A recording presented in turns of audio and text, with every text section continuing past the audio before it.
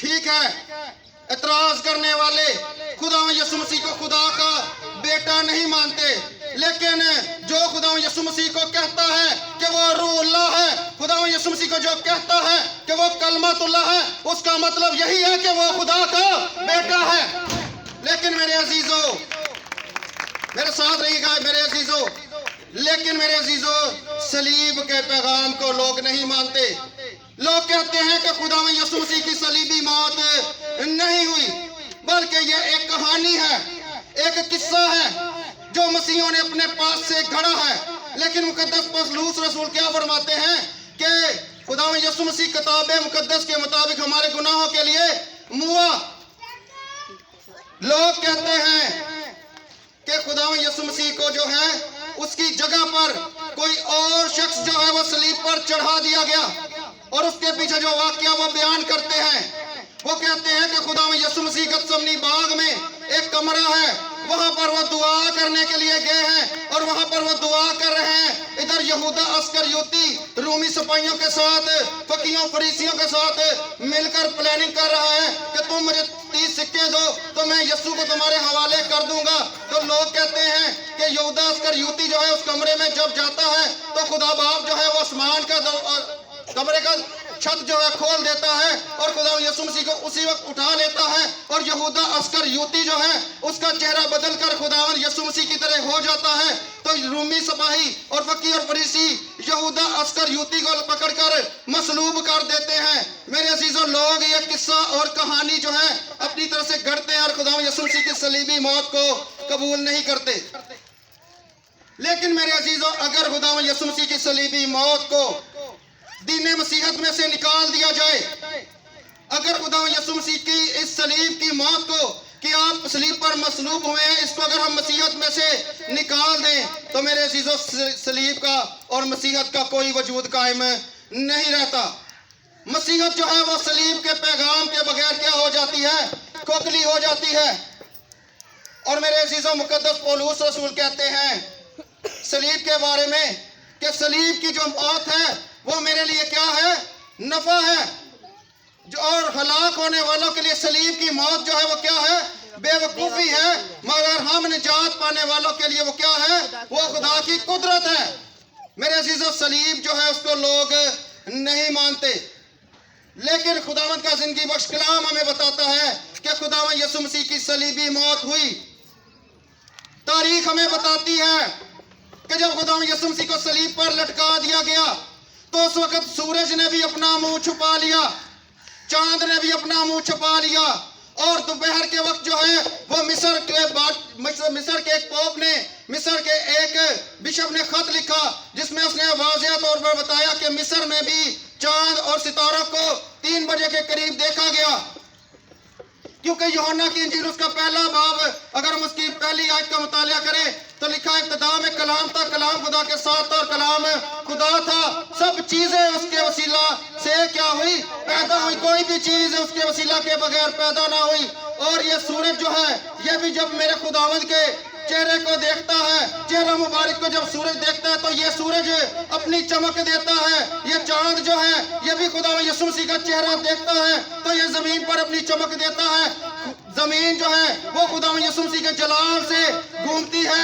9 सितारे जो हैं वो सूरज के गिर्द खुदा यीशु मसीह के जलाल से घूम रहे हैं। दरख्त जो है वो खुदा यीशु मसीह के जलाल से अपने फल निकाल रहे हैं। गंदम जो है वो खुदा यीशु मसीह के जलाल से जो है वो गंदम अनाज पैदा हो रहा है, चावल पैदा हो रहा है, फसलें पैदा हो रही, क्योंकि कलाम में लिखा है सब चीजें उसके वसीला के से क्या हुई? पैदा हुई। तो मेरे अजीजों, जब कायनात के खालिक और मालिक ने कहा ऐ मेरे खुदा तूने मुझे क्यों छोड़ दिया, तो उस वक्त सूरज ने भी अपना चेहरा छुपा लिया। सूरज भी ज़ारो कतार रोने लगा, चांद भी ज़ारो कतार रोने लगा, जमीन के पत्थर भी ज़ारो कतार रोने लगे। और मेरे अजीजों, हम इंसान जो थे वो उसके क्या कर रहे थे? तमस्खरे उड़ा रहे थे। इंसान कह रहे हैं कि तू जो औरों को बचाता था आज खुद क्यों नहीं बचता? उतरा सलीब से, खुद भी बच और हमको भी बचा। लेकिन मेरे अजीजों, उस वक्त हमारे मुनज्जी के ऊपर गुनाहों का कुफारा था। जब गुनाहों का कुफारा था तो उस वक्त बाप ने भी अपना मुंह जो है मोड़ लिया। लोग एतराज करते हैं कि आखिर क्या वजह थी कि खुदावंद यीशु मसीह वो प्याला पीने से घबरा रहे हैं? क्या वजह है कि खुदावंद यीशु मसीह वो प्याला नहीं पी रहे और कह रहे हैं कि अब आप अगर हो सके तो ये प्याला क्या जाए, मुझसे टल जाए? कौन सा प्याला था वो? क्योंकि खुदावंद यीशु मसीह उस वक्त गतसमनी बाग में कर्ब की हालत में है और इब्लीस जो है वो चाहता है कि खुदावंद यीशु मसीह की बशरियत में ही उनको वहीं पर ही खत्म कर दिया जाए। और आपका जो खून है और आपका पसीना जो है वो खून की बूंदें बन बनकर टपक रहा है।